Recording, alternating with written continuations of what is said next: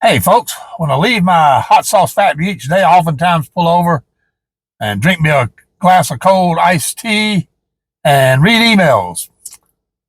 Invariably, almost every day, there's emails about what pH meter do you use? How do you maintain your pH meter? I can't get mine to calibrate. Constant questions about it. So I think what I'm going to do is I'm going to head in, change shirts, and make a video showing what I think about pH meters. So come on and join me.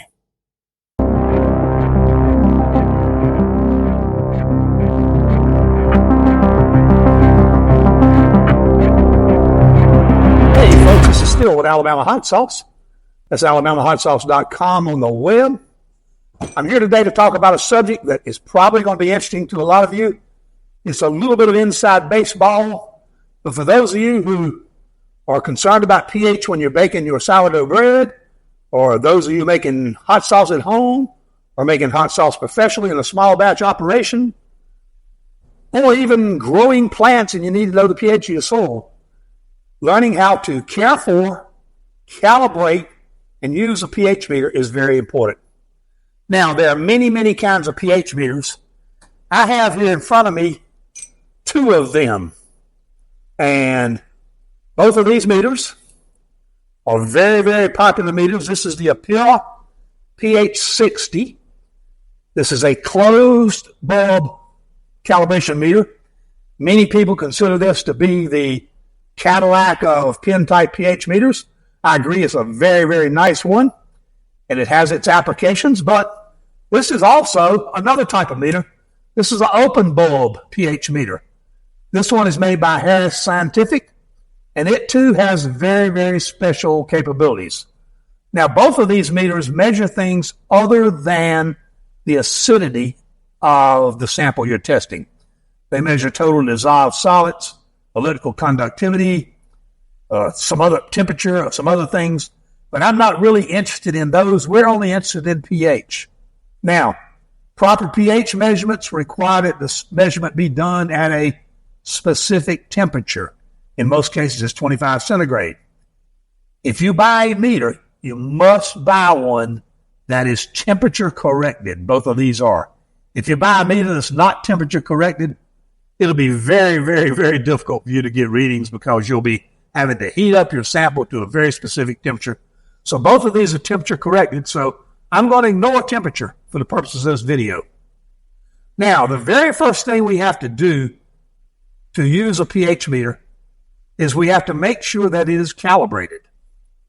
Now, to calibrate a meter, we use two known specific samples. Now, actually, you can calibrate these meters with three samples: an acid one, a neutral one, and an alkaline one, or base one. I don't do that because I don't deal in pHs above 7.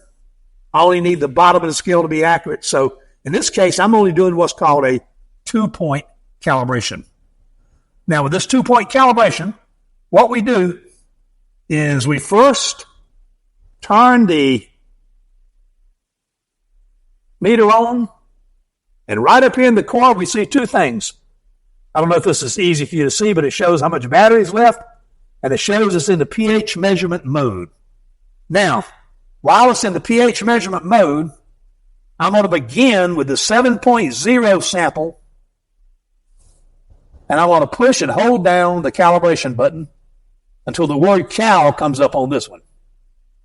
Now, what you see flashing there, if you can see that, that's the 6.86 number, meaning that's what this meter is attempting to calibrate to.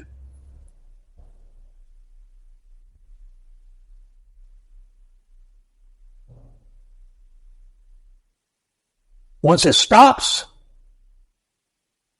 you push calibration again, and that meter is calibrated. Okay? Now, we immediately wash our meter in distilled water. Now, folks, if you're not using distilled water, you cannot replace it with spring water. You can't replace it with purified water. You can't replace it with tap water. You must use distilled water. The most dangerous thing to these probes is calcification and salt. And the only way to make sure you have water that contains no salts, no minerals, no calcium is to buy distilled water. Now, we've calibrated the 7.0. We now have a jar of 4.0. So we're going to go in here once again. We're going to insert it in the 4.0 sample. We're going to push Calibrate. It automatically knows where it's trying to go. Sorry, I got to hold it.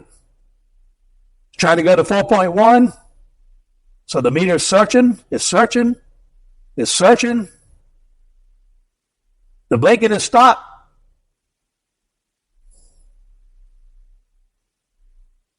So we are calibrated. Once again, we rinse it in distilled water. Now, a couple of things to remember. You always use 7 first, and you use 4 second. If you were doing 3-point calibrations, the last one you would use would be 10. We are not doing that. The reason you do that is that on the logarithmic scale, a drop of 7 that gets into 4.0 doesn't contaminate as bad as a drop of 4 that gets to 7.0. Okay? Now, and we set these aside. Now that we've got our meters calibrated, it's time to measure some samples. So first, I'm going to shake this out, make sure that the probe is dry and everything's off. And we're going to look at a couple of things. First, we're going to look at apple cider vinegar. And let's see what the pH of apple cider vinegar is.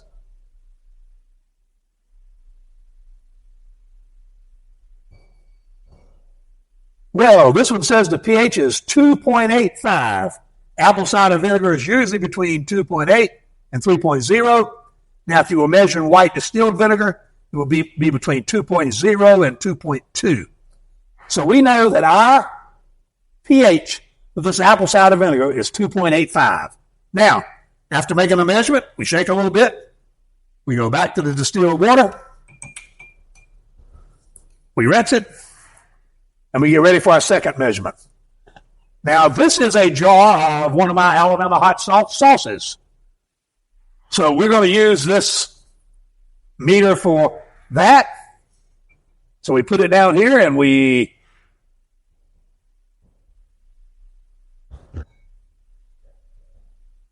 see that this sauce has a pH of 3.02, which is pretty interesting because it was bottled over 8 months ago, and when it was bottled, it had a pH of 3.1. So we know that is, in fact, working, okay?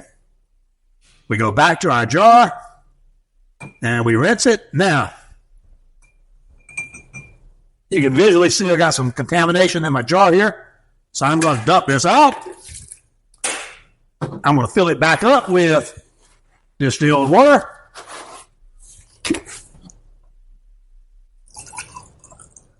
There we go.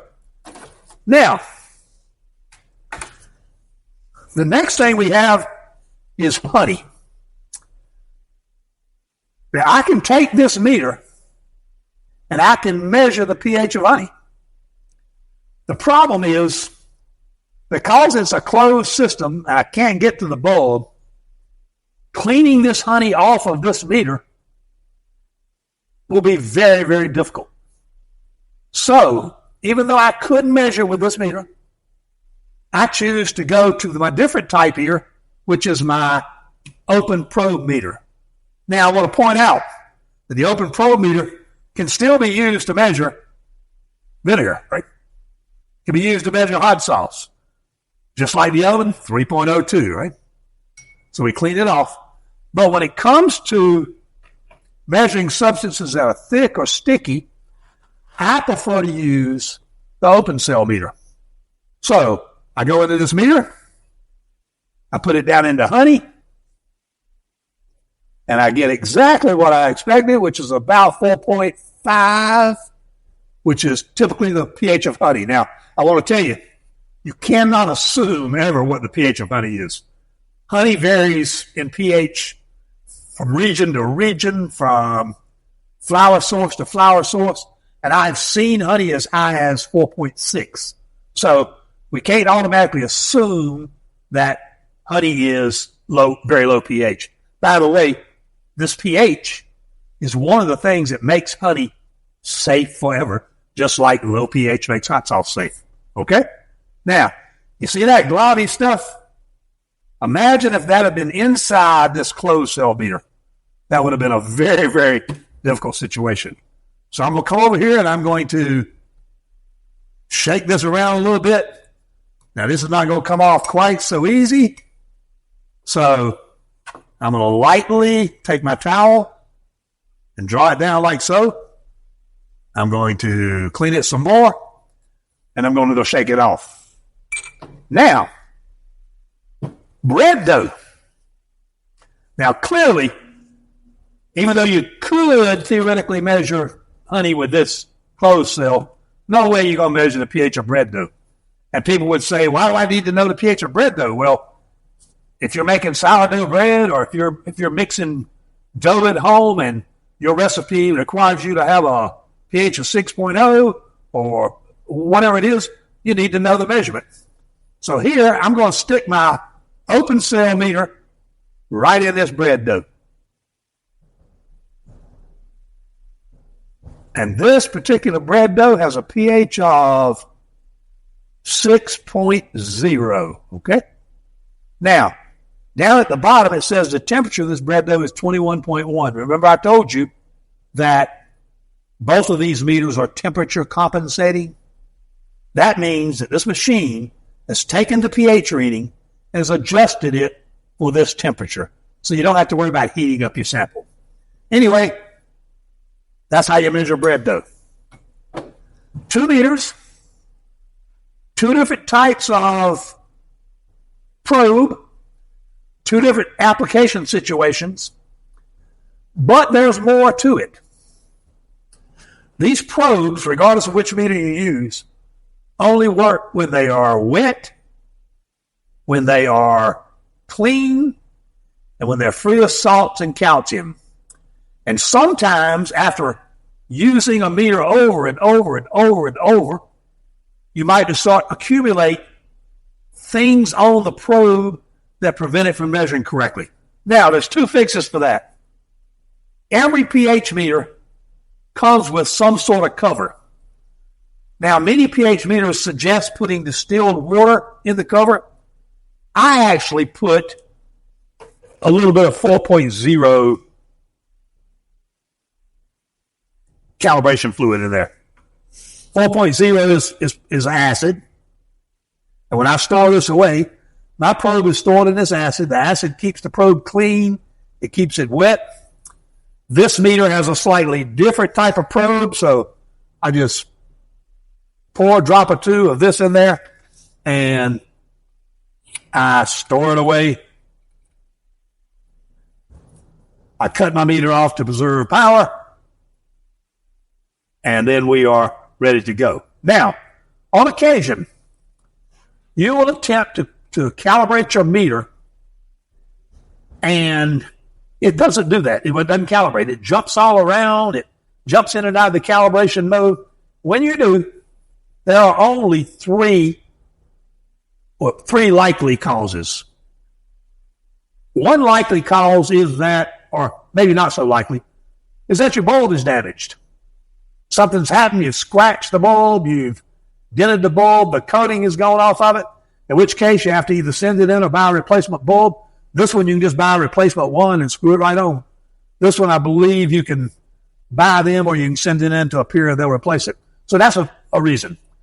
The most likely reason is that the bulb has gotten dirty. Now, if you properly store it in a 4.0 and never let it get dry and never bump it on anything, it is probably not going to get dirty. But in the event that your bulb were to get dirty,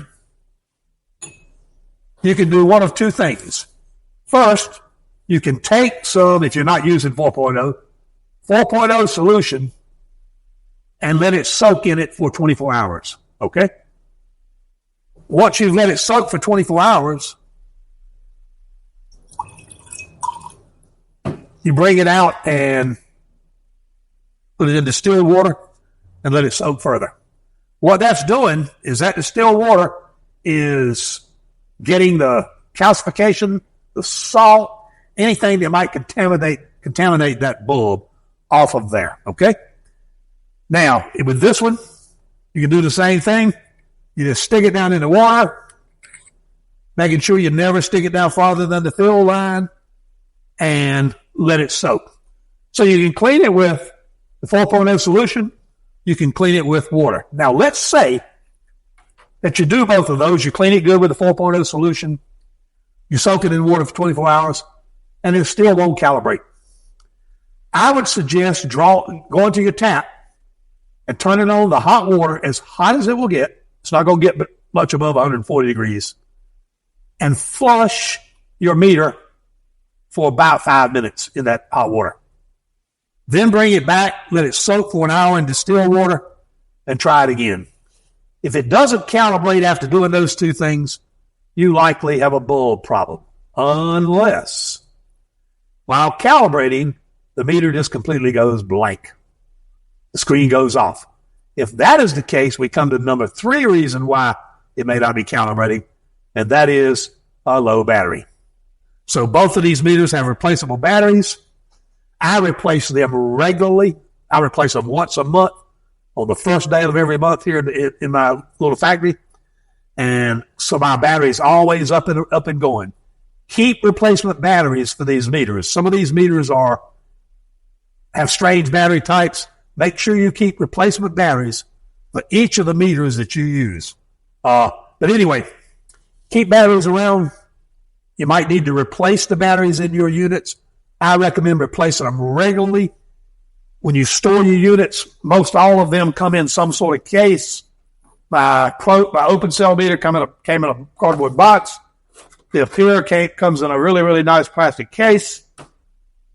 And if you do that, your pH meter will last forever. Now, I want to make a special point and discuss this particular meter.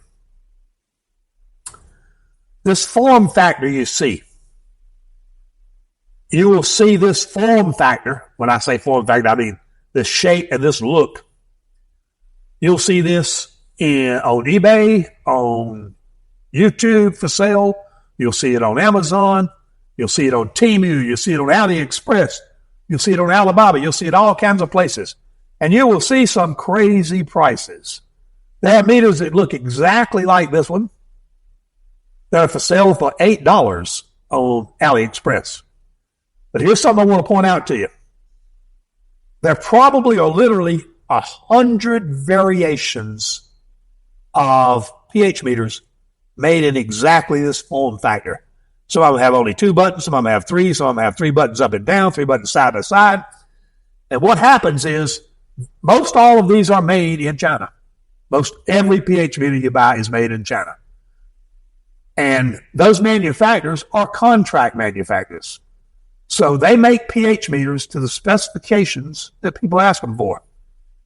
In this same mold form, in this same form factor, they can make a pH meter with a bulb that's only sensitive plus or minus 1.0, which would be a disaster. That means if you measured 4, it would either be 5 or 3. You wouldn't know, right? They can make it certified to the 10th of a point, to the 100th of a point. They can make it temperature compensated, not temperature compensated. So I'm going to suggest that when you buy these meters, number one, if you see a meter like this for sale for $16 or $18, believe me, it's going to have something missing. It's going to be either a low discrimination meter. It's going to be a type of a processing board that's not very repeatable. It's going to be almost certainly a meter that's not temperature compensated. And in my vision, a meter that's not temperature compensated, regardless of the price, needs to be thrown away. It simply is not practical to maintain sample temperature in a production environment. But I want you to pay very, very close attention. This one came from Harris Scientific in London. I've bought several things from Harris Scientific. When they say this is temperature compensated, when they say it's repeatable to this degree, to that degree, I absolutely trust them. They are a known science company. Fisher Scientific also sells one in the same form. I think theirs is blue all over. But you'll see all sorts of these things. Be very discriminating when you buy these. This particular one from Fisher Scientific or from Harris Scientific has an app that comes with it. It goes on your cell phone and it records the pHs you measure. It records when you calibrate.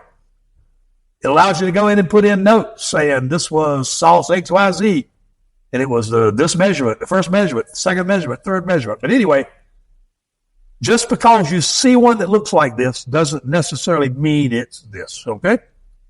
Now, let's recap. Different kinds of meters measure different kinds of stuff. Certainly need a different meter to measure this bread dough than what you need to measure this beautiful vinegar. Either one, I'm going to measure this hot sauce. Gets a little trickier when you're measuring something thick like honey. I make sriracha. Very, very difficult to measure sriracha with this closed meter, so I use the open. As a matter of fact, I tend to prefer the open meter, to be honest with you, for all my measurements. Despite the great reputation Apira has, this meter is rather slow to settle on the actual pH compared to this one. This one tells you the pH within 2 or 3 seconds, so I tend to like them. Again, to recap, quite often soak your meters in distilled water. Make sure you keep your batteries updated, replacement batteries available for you, and make sure you maintain the integrity of your calibration fluids. And like I say, you can order these off of Amazon in various size bottles. You can also order boxes that have 100 of the powdered ones. You mix them with 250 milliliters of distilled water. But there's a lot of ways to get your calibration fluid. But the most important thing is maintain the integrity of it. Store it away. Store your meter away. Protect it, because pH is a core quality characteristic of many food products, especially hot sauce. Anyway, folks, thank you very much for joining me. I appreciate you watching this video. I hope you enjoyed it as much as I enjoyed making it. I would greatly appreciate it if you found this useful to give me a thumbs up. Subscribe to my channel so that you'll know the next time I produce new content, it may be something you like. And so you'll never miss anything, ring that bell so YouTube will send you a notice every time I post new content. Once again, Mr. Phil, Alabama Hot Sauce. I'll see you next time. Hey folks, thank you for joining me. If you would, push the logo on the screen and subscribe to our channel. In addition, I've made a couple of video suggestions that I think you might enjoy. Press the links and give them a try. Again, thank you very much, and I'll see you next time.